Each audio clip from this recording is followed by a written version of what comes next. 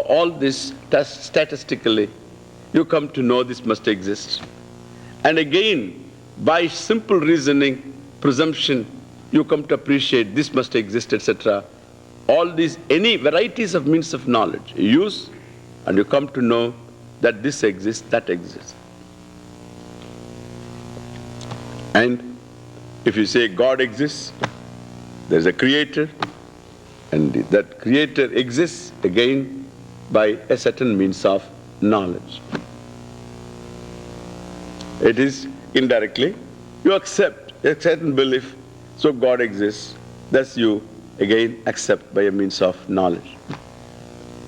Now, I ask this question, do you exist? You have to come up with an answer. Do you exist? You can never give only two answers possible, you know. One is I exist or I don't exist.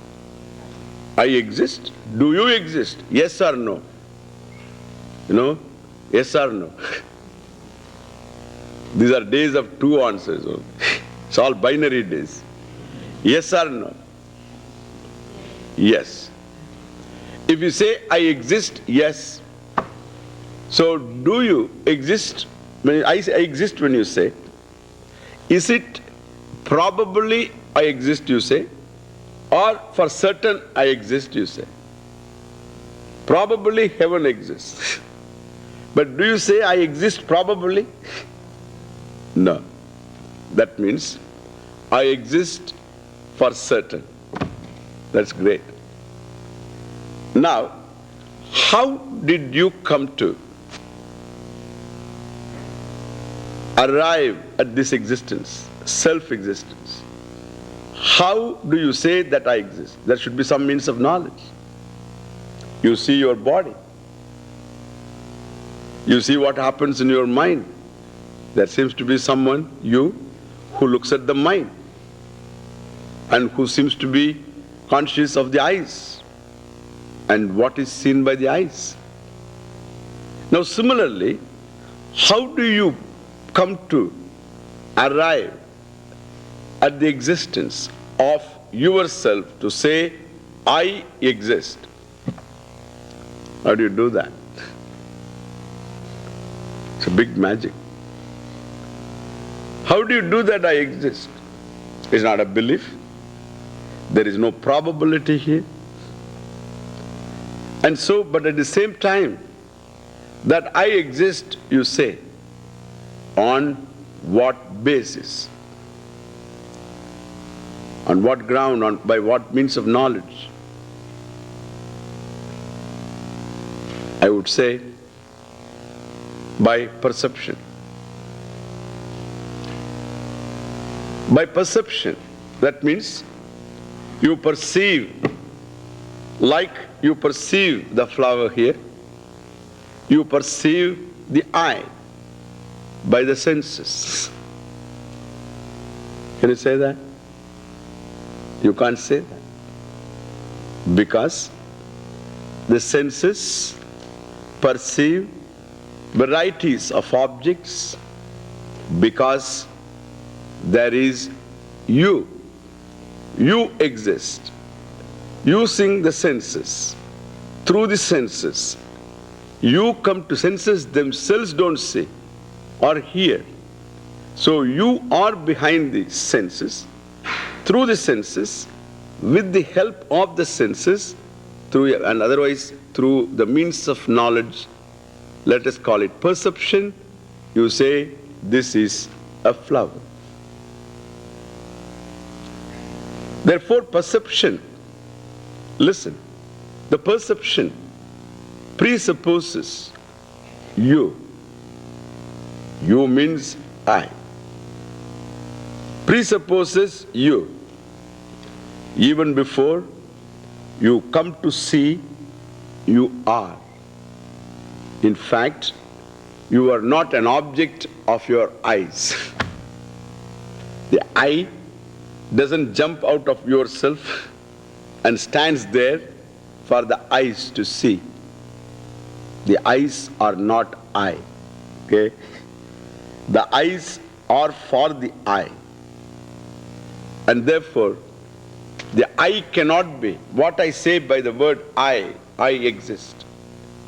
That I cannot be an object, objectifiable for the sense organs. Okay? Neither I is heard or touched or smelt or tasted. In other words, I is not an object of your perception. If it is not an object of your perception, then do you infer? But inference also requires certain basic data. You require, in fact, even higher mathematics, all abstract things that the disciplines of knowledge, all of them have their roots, their basis in simple perception. Without perception, there is no knowledge. Any other knowledge is not, any initial knowledge is not possible. So inference, presumption, and so on, all of them depend entirely upon the basic data gathered by perception. How do you say that I infer? On what basis? If you say I infer, I exist. You know, that French philosopher started his inquiry saying, so he said, I think, therefore I am. He only started with that. It's not that he ended there. He started, I think, therefore I am. In fact, conclusively, he put it the other way. In fact, I am, therefore I think. If thought inference, so how do you infer? You can say, I am married, therefore I must exist. That's a good inference. I am married, therefore I must exist. Why? Because women are very smart. They don't marry dead people.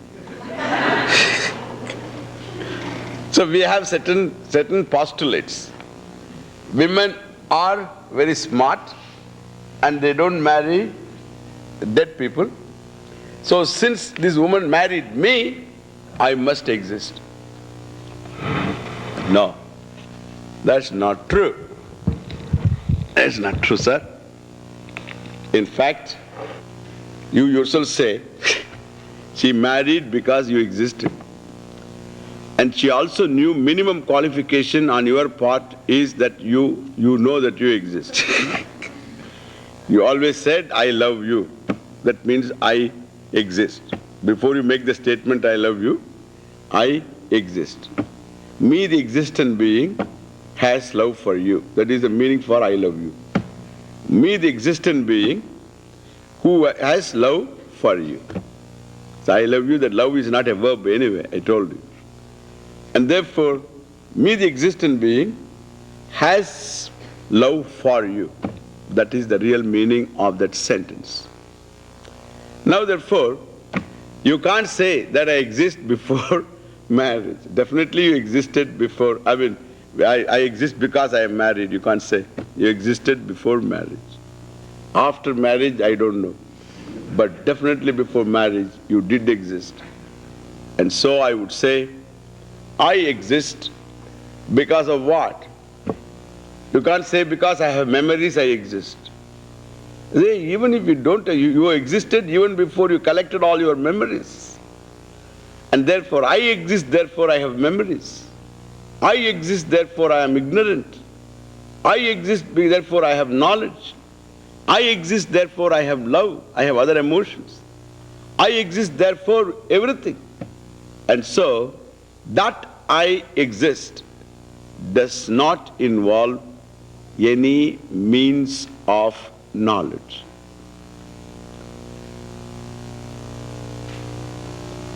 Understand?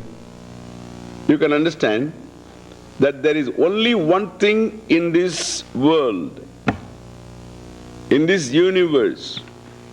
You can use the word creation, srishti, in this jagat, in this world. There is only one thing that is not arrived at by a means of knowledge, and that is you.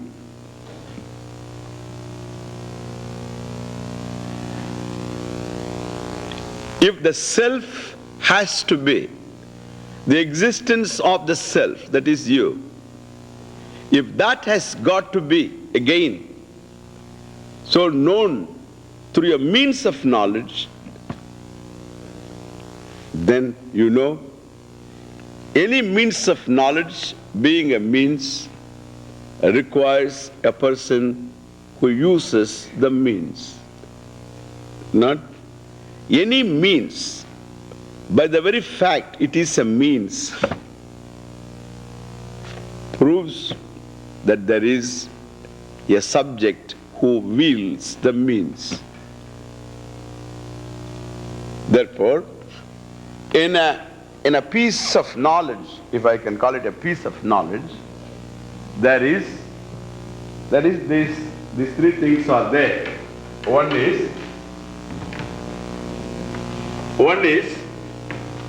the knower, I. Then I becomes the knower. Knower, I. I give you a Sanskrit word. What is that word? Come on, one of you read. Pramata. Okay? That's why this is dash. Pramata. Okay? Pramata. And then the other one is knower. Then the next one is, this is I. Then there is the object of knowledge, pramata. Then there is an object of knowledge. We call it as object. Known. Known. In Sanskrit, we'll call it as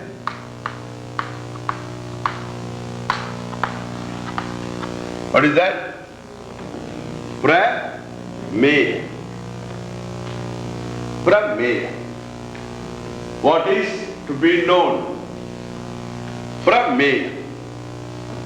This is Pramata, Prameya. The Swami is standing here. What it is? Prameya. Who is the Pramata? You. You are Pramata. This is Prameya. But then, how do you read? Now this word is Prameya.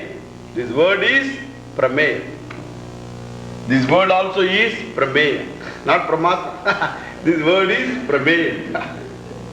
Means the standpoint of your knowledge now. What you have understood is a thing to be known. You read this word, Prameya. Now, how do you see the Swami standing?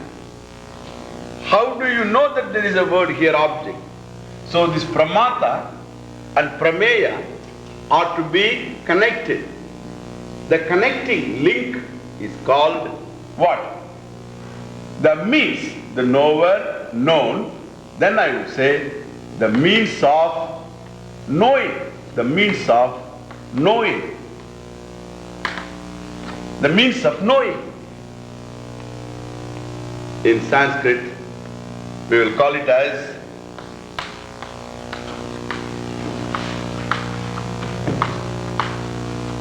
so, what is that? Pramanam. Okay. So, Pramata, Prameya, Pramanam. So if these three are there, then what we call Prama, knowledge. Let us not worry about that. Pramata, Prameya, Pramana. So the Pramanam is, that nam there is called means, really speaking in Sanskrit. So Pramakaranam. So Pramanam. Okay? And therefore, the means of knowledge, means of knowing is Pramana. Now look, Swami is standing here, Prameya. How do you know? My eyes are there, Pramana. I see him. Who see him? Pramata, I see. Now I am asking that I exist. I exist. The Swami exists, Prameya, because you are Pramana. Now I exist. How do you say that? I exist. How do you say? Then you require for I exist, that I is existent. So the Swami exists, object exists. Because I have means of knowledge. I am here, using the means of knowledge, know that there is an object existing. That's me. Now, that I exist, how do you know? If you have to know the existence of yourself by a means of knowledge, you require what again? Another situation. Situation will be, there should be this I become what? I become an object. Then another I should be here. And then what do you require? Pramana. You require the means. Then you require a means. Okay? Now you have to ask, this I exists or not? This I exists or not? Exists. How do you know? You require a means of knowledge. If you require a means of knowledge, it becomes what? Object. Then you require a means of knowledge, requiring a subject. We will get into what? A regression. And do you know what will happen? You see the Swami, and then I triggered off. You know, without talking. By talking I trigger off. But without talking, you just happen to perceive the Swami. The Swami triggered off this trinity inside. What is that? So we have to now arrive at the Swami. Swami stands here. For this knowledge, what will happen? It should be going on, because so you have to arrive at the existence of I first. Before you know, I know the Swami. I see the Swami. Therefore, the I must be first established. And so to say I see the Swami, you must necessarily go on and on and on and on. All that you happened to do was happen to open your eyes and see the Swami. Now you are busy. So inside it goes on. When will it end?